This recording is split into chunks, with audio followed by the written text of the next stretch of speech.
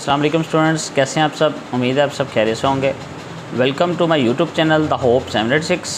Please subscribe the channel and click the bell icon so that you can watch my next video. जी students, आज के lecture के साथ मैं आपके साथ हाजिर हूँ।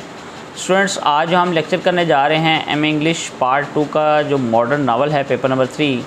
उसमें एक नावल हम कर रहे थिंग्स फॉल अपार्ट। उसका स्टूडेंट्स फर्स्ट लेक्चर में हमने जो कवर किया था उसका करैक्टर्स कवर किए थे, थीम्स कवर किया था और ऑटोबायोग्राफी कवर की थी एचईबी की।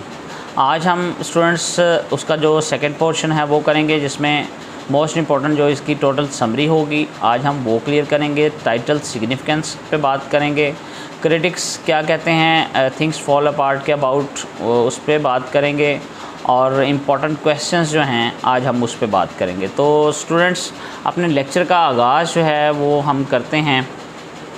और सबसे पहले students, I would like to tell you about the title significance. ये जो टाइटल है थिंग्स फॉल अपार्ट, ये कहाँ से लिया गया। स्टूडेंट, जो थिंग्स फॉल अपार्ट है ये W.B. ईट्स जो विलियम बटलर ईट्स है उसकी एक पोइम है द सेकंड कमिंग, वहाँ से ये जो टाइटल है वो लिया गया है। उसकी जो फर्स्ट 3-4 लाइन्स हैं टाइटल की, जो उस पोइम की, वो मैं पढ़ता हूँ और फिर उस पर टाइटल सिग्निफिकेंस पे बात करके अपनी स्टोरी को आगे मूव करते हैं। Students, turning and turning in the widening gyre, the falcon cannot hear the falconer, things fall apart, the centre cannot hold. जी students, the falcon cannot hear the falconer. जो फाल्कनर हैं उनकी बात falcon नहीं सुनते, यानी things fall apart, the centre cannot hold. Centre को जो है वो होल्ड नहीं किया हुआ। स्टूडेंट्स, जो हमारी स्टोरी है उसमें जो ट्रेजिक हीरो है, जो मेन किरदार है, जो मस्कुलर पर्सनैलिटी है अकांको की, उसके बारे में ये बात हम यहाँ पे पूरी फिट होती है। और चूँकि एचईबी ने उसी को देख के जो है वो टाइटल का नेम रखा होगा या उसी को सामने रख के ये सारी जो स्टोरी है उस पर बात की होगी। और स्टूडेंट्स, बड़ी रियलिस्टिक अप्रोच है चिनॉय एचईबी की। बहुत कम ऐसे राइटर होते हैं जिनको सच दिखाने की हिम्मत होती है। उसने चिनॉय एचईबी ने एज़ इट इज़ जो है वो दिखाया है अपनी जो कल्चर नाइजीरिया का, उसके अबाउट भी, और वाइट्स ने जो उनके साथ किया उसके अबाउट भी। तो चूँकि ये 1890 की जो स्टोरी है, प्री कॉलोनाइज्ड हैं, उसके बाद फिर कॉलोनाइज़र आए। तो पहले का भी सोसाइटी जो है, इग्बो सोसाइटी की बहुत ज़्यादा इंपॉर्टेंस है इस नावल के अंदर। उनका जो कल्चर है, रिचुअल्स हैं, ट्रेडिशंस हैं, उस पर बात हुई है। और उसके बाद जब सारा जो मामला हुआ आफ्टर कॉलोनाइज़र, तो वो सारी भी बात और किस तरह वो सारा चेंज होता रहा, ये सारी बात। और उससे पहले वो कितने खुश थे, बाद में जब उन्होंने चीज़ें अडेप्ट कर ली तो वो किस तरह हो गए।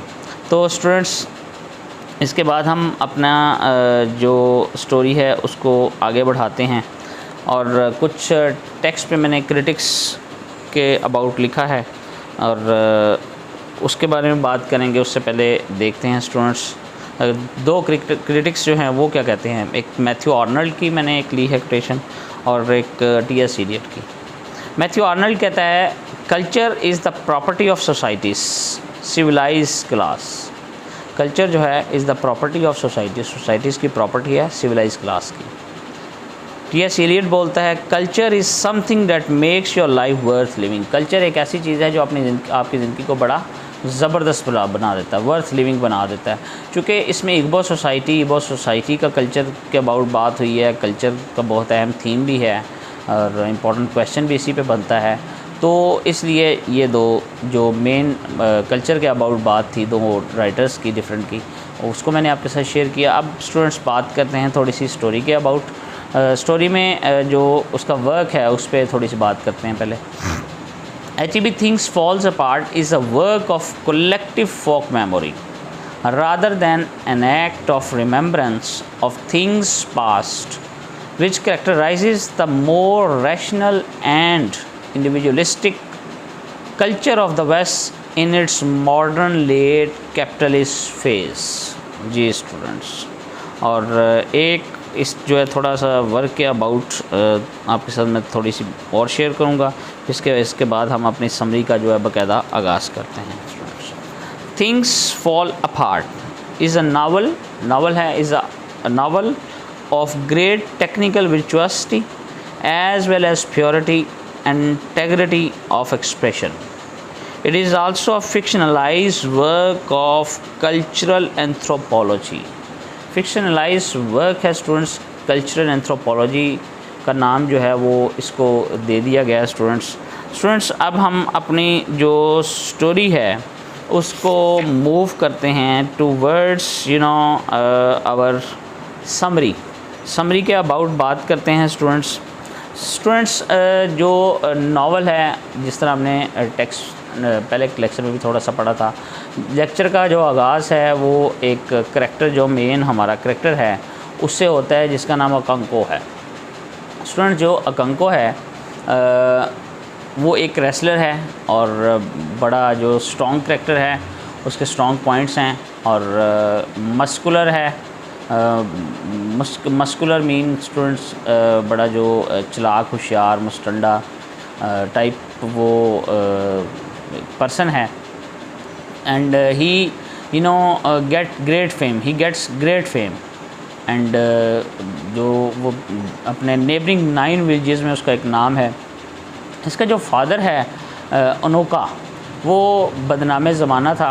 एक तो वो ड्रंकर था, दूसरा वो म्यूज़िशियन था और लोगों से उसने इतना डेप्ट लिया हुआ था, इतना उधार लिया हुआ था कि अकंको को चुकाना जो है वो मुश्किल हो गया। जब वो उसकी डेथ हो गई तो अकंको जो है वो उसके ऊपर इतना ज़्यादा वो बोझ लाद के गया कर्ज़ का, तो वो अपने जो है ना ही डिस्पाइजेस मच हिज फादर, वो अपने बाप को पसंद नहीं करता था। Also he consider that the qualities that he has his father and also उसकी वो ट्रांसफॉर्म हुई उसके टूवर्ड्स हिज सन निवॉय, जो तीसरा करैक्टर है।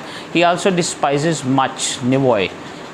स्टार्ट में ऐसा नहीं होता स्टूडेंट्स, वो अपने बेटे के साथ बड़ा प्यार करता है, लेकिन वो भी जो है उसी तरह की हरकतें करता है। म्यूजिशियन बनता है, म्यूजिशियन बनना चाह रहा है। वो कहता है कि इसने सारी ज़िंदगी मेरे लिए भी कुछ नहीं छोड़ के गया मेरा बाप, और करता कमाता कुछ है नहीं है। तो ये जो इस तरह के लोग होते हैं, इस तरह के जो आइडियाज़ होते हैं, वो जो है हमें नुकसान पहुंचाते हैं। तो इसलिए वो अपने बेटे को जो है ना वो समझाता है, वो नहीं समझता तो उसको जो है ना वो उससे जो थोड़ा सा पीछे हट जाता है।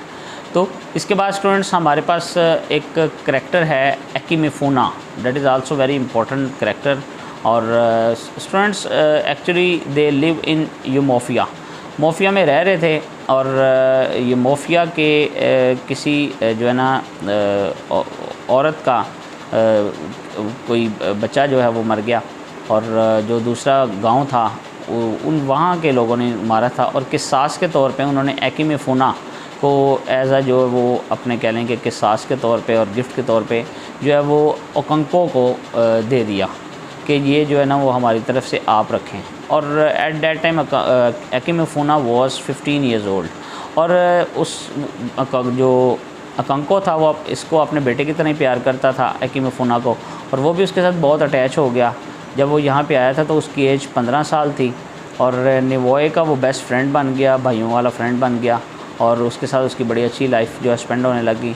एंड आफ्टर 3 ईयर्स, 3 साल के बाद स्टूडेंट्स, जब जो एकिमेफूना था वो 18 साल का हो गया, तो इसके गांव में एक करैक्टर होता है एज़ियोडो जो है वो कहीं से ऑरेकल, जो इनके गांव में चूँकि सुपरस्टिशंस बिलीफ्स इनका बहुत ज़्यादा था, तो ऑरेकल होती है कि जी एकिमेफूना का जो है वो सेक्रीफाइस किया जाए, अदरवाइज़ वो आपके लिए डिज़ास्टर का सबब बनेगा। तो एज़ियोडो जो होता है वो अकंको के पास आता है और उसे बोलता है कि तुम जो एकिमेफूना 18 साल का हो गया है और हमें पता है कि तुम्हारी उसके साथ अटैचमेंट हो गई है, वो तुम्हें बाप भी बोलता है, वालिद साहब बोलता है, फादर बोलता है, तो तुम्हारे लिए उसको मारना बहुत मुश्किल होगा। तो ऐसा करते हैं, तुम वो हमें दे देना, हम एकिमेफूना को खुद ही मार देंगे। तो अकंको जो पहले मैंने बताया कि बड़ा जो स्ट्रगलिंग मैन है और मस्कुलिन पर्सन है, तो वो जो है ना वो अपनी ह्यूमिलेशन फ़ील करता है, डिस्ग्रेस फ़ील करता है कि मेरे जो ट्राइब के क्लैन के लोग हैं वो ये बात कर रहे हैं कि जी मैं जो कोई कावड़ हूँ, मैं बुज़दिल हूँ, जो मैं उसको नहीं मार सकता। तो मारना तो वो नहीं चाहता क्योंकि उसकी अपनी अटैचमेंट उसके साथ हो जाती है। तो और उसके जो क्या कहते हैं अपने नवाए बच्चा होता है उसकी तरह का उसको वो फ़ील होता है कि मेरा बेटा ही है। लेकिन वो जो है ना वो कहने कि मर्दानगी में वो कहता है कि ठीक है जी मैं उसको मारूंगा। तो वो क्या करते हैं, वो उसको एक जगह पे ले जा कर जो है ना उसका सेक्रीफाइस कर देते हैं। अब नवाए को ये बात जो है वो पता चल जाती है कि मेरे बाप ने एकी मफूना को जो है वो मौत के घाट उतार दिया है और कल को हो सकता है मैं भी इसका बेटा हूँ, मुझे भी ऐसे ही करे, और इसके अंदर तो कोई इंसानियत नाम की चीज़ नहीं है। और he really hated his father much.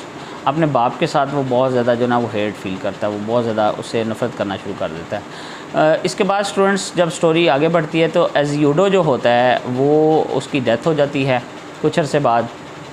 और इनके वहाँ पे कल्चर है एक बहुत सोसाइटी का कि जब कोई किसी की डेथ होती है तो दे सेलिब्रेटेड देयर फ्यूनरल। उनका फ्यूनरल जो है सेलिब्रेट करते हैं, इनका एक जो ट्रेडिशन है। तो वो सेलिब्रेट कर रहे होते हैं तो वहाँ पे अकंको जो है उससे पिस्टल से फायर चल जाता है। जो एज़ियोडो का एक बेटा होता है 16 साल का, उसके जाके वो गोली लगती है। तो स्टूडेंट्स जब उसके गोली लगती है तो इसको जो क्लैन के इसके कबीले के लोग होते हैं वो सज़ा के तौर पर इसको इसकी फ़ैमिली को 7 इयर्स का एग्ज़ाइल करते हैं यूमोफिया टू मेबेंटो एक प्लेस है आल्सो नाइजेरिया की। तो वहाँ पे नाइजेरिया के वहाँ पे दूसरी सिटी में 7 साल के लिए ये वहाँ चले जाता है। अब स्टूडेंट्स इसकी गैर मौजूदगी में स्टोरी हम आगे बढ़ाते हैं। गैर मौजूदगी में जो चूँकि हम बात कर रहे थे 1892 ऑनवर्ड, तो इसके दरमियान में जब कॉलोनाइज़ करने आ जाते हैं coloniser mean here white man. तो वाइट मैन जब आ जाते हैं इसकी पीछे इसके गांव में, तो वहाँ पे आके एक करैक्टर है हमारे पास मिस्टर ब्राउन का, and he is very dedicated person and he is very good person, he is very good white man. तो वहाँ पे वो जो है ना डेवलपमेंट के बहुत ज़्यादा काम करता है, डेवलपमेंट पे काम करता है। जो है वो हेल्थ डिपार्टमेंट्स बनाता है, डिफरेंट स्कूल्स बनाता है, इनके लिए बहुत ज़्यादा चैरिटी के काम करता है। तो वो ऑब्वियसली ये बातें इनके फ़ायदे में जाती हैं।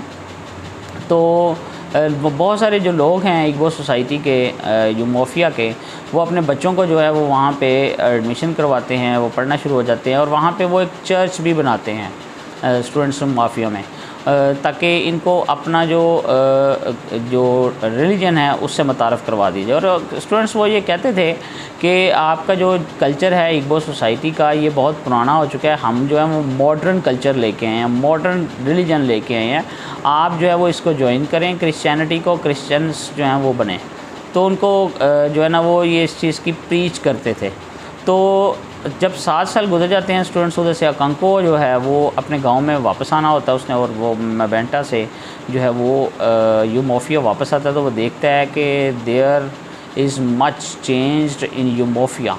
तो वो बहुत ज़्यादा जो है ना वो कुड़ता है अपने अंदर कि ये क्या हो गया है मेरी गैर मौजूदगी में, और जो है वो इस चीज़ को लेकर बड़ा डिप्रेस रहता है। तो क्या होता है स्टूडेंट्स के वो जो है ना वो उनको रोकते हैं मिस्टर ब्राउन और ये वो को कि आप यहाँ पे ये चीज़ें ना बनाएं। तो उतनी देर में मिस्टर ब्राउन जो है होता है वो उसकी तबीयत ख़राब होती है, वो वापस इंग्लैंड चला जाता है जहाँ से वो आया होता है, और इसकी जगह पे एक नया पर्सन जो है वो ब्रिटिश जो है वो लोग तैनात करते हैं जिसका नाम रेवरेंड स्मिथ होता है। तो स्टूडेंट्स रेवरेंड स्मिथ जो है वो जब आता है इनके गांव में तो वो थोड़ा सा हार्ड टेम्पर्ड होता है, हॉर्स टेम्पर होता है, हार्श टेम्पर होता है। तो वो बहुत सख्ती के साथ इनके साथ पेश आता है। इनको जो है वो उसकी बात भी पसंद नहीं आती और ज़बरदस्ती उनके साथ करता है। तो ये क्या करते हैं, एक दिन ये एक प्लान बनाते हैं और कि हमारी ये इग्बो सोसाइटी का जो कल्चर है, इग्बो सोसाइटी का जो कल्चर है उसको ख़त्म करना चाह रहा है। तो ये सारे मिल के जो कंको है उसके साथ मिल के उसके जो चर्च है उसको जो है वो आग लगा देते हैं, उसको जला देते हैं, उसको ख़त्म कर देते हैं। अब रेवरेंड स्मिथ जो होता है वो बहुत ज़्यादा फ्यूरियस हो जाता है। वो फ्यूरियस के आलम में जो वहाँ का डिप्टी कमिश्नर होता है उस कमिश्नर को वो जो है कंप्लेन कर देता है कि ये इन्होंने चर्च के साथ किया है। अब स्टूडेंट्स क्या होता है कि जो डिप्टी कमिश्नर होता है वो इनके लिए जो है वो सज़ाएँ तजवीज़ करता है, पनिशमेंट इनको देता है और पनिशमेंट में क्या करता है, इनकी ह्यूमिलेशन करता है। और ह्यूमिलेशन में जो है वो इनके सब जो लोग शामिल होते हैं इस इंसिडेंट में उन सब के जो है वो जो सर हैं वो मुड़वा देता है और उनको गंजा कर देता है। तो सब लोग ऑब्वियसली जो बाकी बच्चे होंगे उनके ऊपर हंसते होंगे।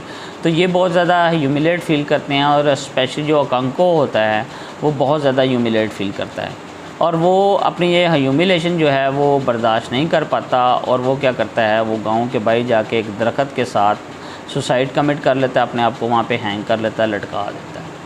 और अब स्टूडेंट्स यहाँ पे एक बड़ी इंटरेस्टिंग बात आगे जाके फिर आती है कि जब वहाँ पे वो लटका देता है तो ख़ुद को हैंग कर देता है, तो जो इसके गांव वाले होते हैं वो लाश को हाथ लगाने से जो है वो कतराते हैं। अब जो निवोए है इसका बेटा अपना, वो जो है वो पूरी तरह क्रिश्चियन बन जाता है। वो ट्रांसफॉर्मेशन, चेंज एंड ट्रांसफॉर्मेशन उसके अंदर आ जाती है, वो तो बिल्कुल करीब नहीं जाता।